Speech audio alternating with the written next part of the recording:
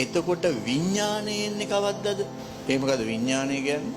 Mind එක. මම අහන්නේ විඥානය එන්නේ සංසේචනය වෙච්චි වහාමද නැත්තම් අධිරෝපණය වුණාට පස්සේද නැත්තම් ඉපදුනාට පස්සේද? හිත ඇවිල්ලා තියෙන ඥාන වලින් නෙමෙයි. ඔබට ආපු හිත අම්මගේද තාත්තගේද? කාගේවත් නෙමෙයි. හිත තියෙන්නේ ඩිම්බයේද ශුක්‍රාණුවේද? කොහෙවත් නැහැ. මාර සීන් එකක් බලක් ගියාම මේකනේ.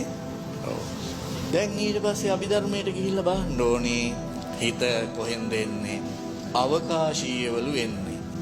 අවකාශීය ස්පේස් එකෙන් එන්නේ. සංසේචනයෙන් පැය 72ක් ගත වෙනකොට විඥාණය කලලයට බැසගනී. ඒ විඥාණය අම්මගේවත් තාත්තගේවත් නෙමෙයි.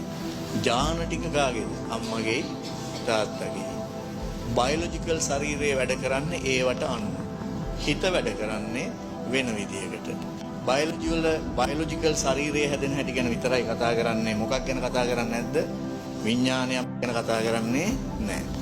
ඔව්. බයොලොජි වලට එහා ලෝකයේ අධ්‍යයනය කිරීමට තව බොහෝ දේවල් ඇත.